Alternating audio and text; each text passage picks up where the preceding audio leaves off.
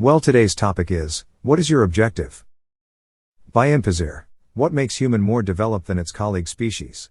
I used colleague here because at the end, human is also an animal. So the very difference between any animal and human is that he is an social animal. Humans knows how to communicate between each other. And it makes human a very interesting species. Just because of our social nature, humans came this far in modernization. Well, if we didn't know how to communicate, we either just be a simple animal, or we'll be pet of a species who knows how to communicate. So in the very end, our civilization is standing just because of our true nature which we got through the course of evolution. But human mind is complex, yet beautiful to its very fabric.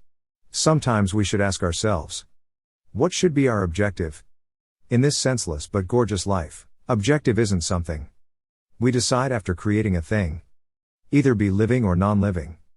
It's decided when creating an entity that it should serve a specific purpose. For example, when creating a paper page, the manufacturer knows that it will serve a specific purpose of writing on it. So hypothetically assume that a piece of paper has self-consciousness just like humans. Then there will be two possibilities. One in which paper know why it's made the way it is, and in second it doesn't know that. In the first case it knew that the sole objective of its birth is that someone could write on it. And in latter it will suffer every time, whenever a word will be written on it, because it doesn't know what is its objective. So let's come to the topic. What is your objective? Now some of you will misunderstood our topic with why we are created or born? These questions are far from relatable with our current theme, because in our question, we are concerned with psychological thinking of one itself, but in latter we are more inclined towards the sole purpose of how things work the way they work. We will discuss this topic in our future videos, so to reach to the answer of our question, we should first understand the terms and condition of the question. So the one and only condition of this question is the sociality of humans. It means that the answer should be socially acceptable. Socially acceptable means that it should be acceptable to every part of society. First example. Suppose stealing from someone is ethically wrong in someone's eyes, yet it's okay with someone who is very poor and has to feed a family. In both these cases, a particular work is wrong yet right in society, because they both are observing the work stealing, in their individual perspective. Second example.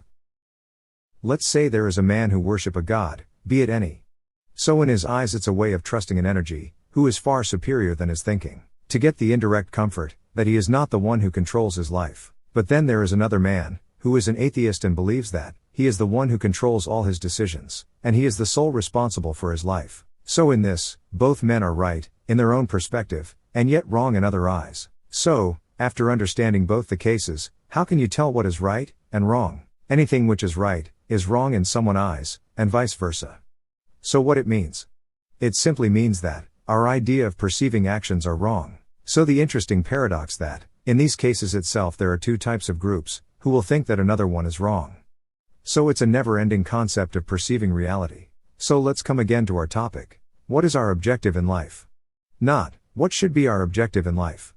Because in latter, you will be imposing a possible idea of perceiving your life. But in first you will get to know the nature of your true objective of life. So the sociality of humans plays a very important role in this case, because your true natural objective of life should not be viewed through individual perspective, but from a general perspective, means that it should be same for every part of society. So there are always two counterparts of society of an idea. One is which supports the idea, and the other one is which opposes it. So the objective of life should fall in a category for which any part of society never opposes it.